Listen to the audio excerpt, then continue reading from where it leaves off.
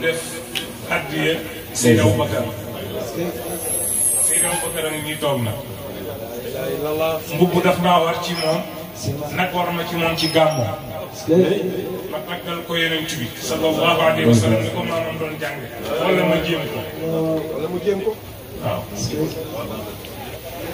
dañuy wax ni ku gis sa sang na nga jaamu lu dul nga rawle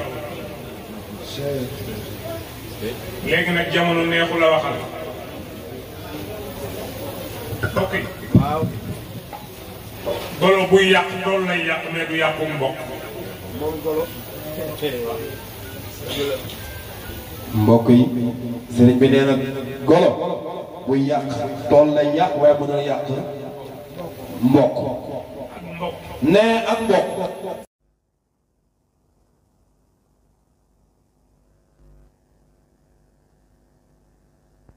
nee moom nag nee moom du tontu Cheikh Omar Diagne waaye nag dafay jël question posé ko moom Cheikh Omar Diagne dama ko naan ko bu ko golo yàqalee toolam lu mu koy wax moom. moom naan ko bu ko golo yàqalee toolam moom lan la koy wax moom. mbaa du ko def dara. mbaa du ko def dara. tooñ na nag ñi tëdd ci biir bàmmeel yi. ñi dul def lu defu sax. nee ñi dul def lu defu sax. bu ñu nelawee yonent bi ne uskuru mahaasina mawtaakum kufu an masaa'ihi. gàmma gàngo. nee mbokk yi Cheikh Omar Diagne nee déggul sëñ Babacar Sy Mansour de innamaa bu'istu li utammima makaarimal axlaaq waaye moom jaar na ci yoon ba te dafa dévié. ma jéggalu baax sëriñ bi nee na sëriñ Abdoul Aziz Sy Mansour ne mu ngi lay jéggalu.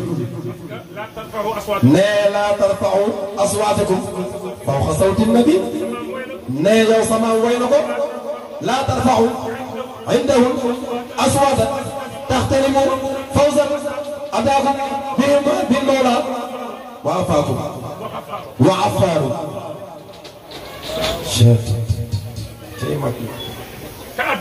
nee ta'addabu ila tariiqi cheikh ila ta'adduba lil muxtaari ta'zimu.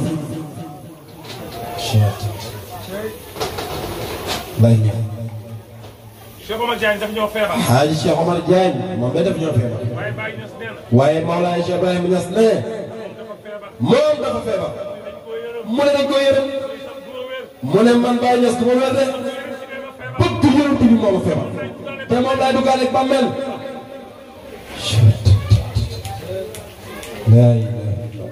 man Khalifa nee na. Sëriñ Babacar Sy ne ñun ñëpp nit ñi bëgg nañ ma déglu leen de. yàlla imi humta salima wa aqlu taallaqa fii faas.